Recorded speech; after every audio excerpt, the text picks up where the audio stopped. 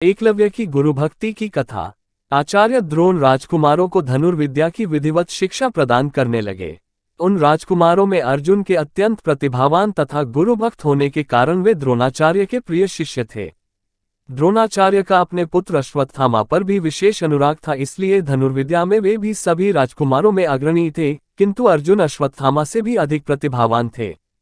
एक रात्रि को गुरु के आश्रम में जब सभी शिष्य भोजन कर रहे थे, तभी अकस्मात हवा के झोंके से दीपक बुझ गया। अर्जुन ने देखा अंधकार हो जाने पर भी भोजन के कौर को हाथ मुंह तक ले जाता है। इस घटना से उन्हें ये समझ में आया कि निशाना लगाने के लिए प्रकाश से अधिक अभ्यास की आवश्यकता है, और वे रात्रि के अंधकार में निशाना लगाने का अभ्यास करना आरंभ कर दिया।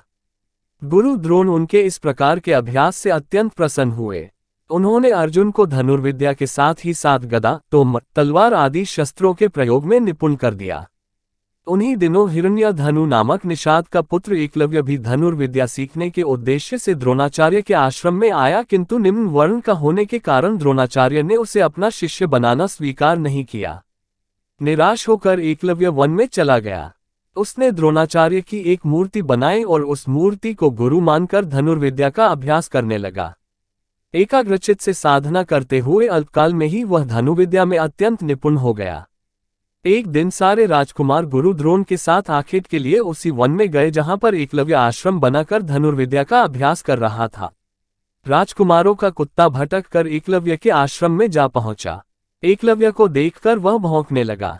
इससे क्रोधित होकर एकलव्य ने उस कुत्ते अपना बाण चला कर उसके मुंह को बाणों से भर दिया। एकलव्य ने इस कौशल से बाण चलाए थे कि कुत्ते को किसी प्रकार की चोट नहीं लगी, किंतु बाणों से बिंध जाने के कारण उसका भौंकना बंद हो गया। कुत्ते के लौटने पर जब अर्जुन ने धनुर्विद्या के उस कौशल को देखा तो वे द्रोणाचार्य से बोले, हे गुरुदेव, इस कुत्ते के मुंह में जिस कौशल से बाण चलाए गए हैं उससे तो प्रतीत होता है कि यहाँ पर कोई मुझसे भी बड़ा धनुर्धर रहता है। अपने सभी शिष्यों को लेकर द्रोणाचार्य एकलव्य के पास पहुंचे और पूछे, हे वत्स, क्या ये बाण तुम ही ने चलाए हैं? एकलव्य के स्वीकार करने पर उन्होंने पुनः प्रश्न किया, तुम्हें धनुर्विद्या की शिक्षा देने वाले कौन हैं?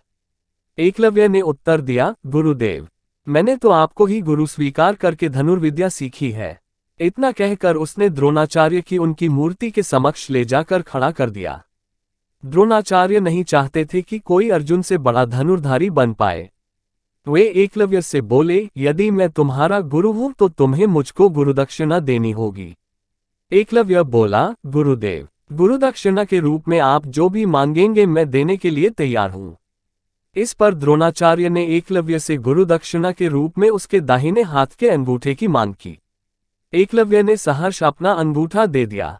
इस प्रकार एकलव्य अपने हाथ से धनुष चलाने में असमर्थ हो गया तो अपने पैरों से धनुष चलाने का अभ्यास करना आरंभ कर दिया।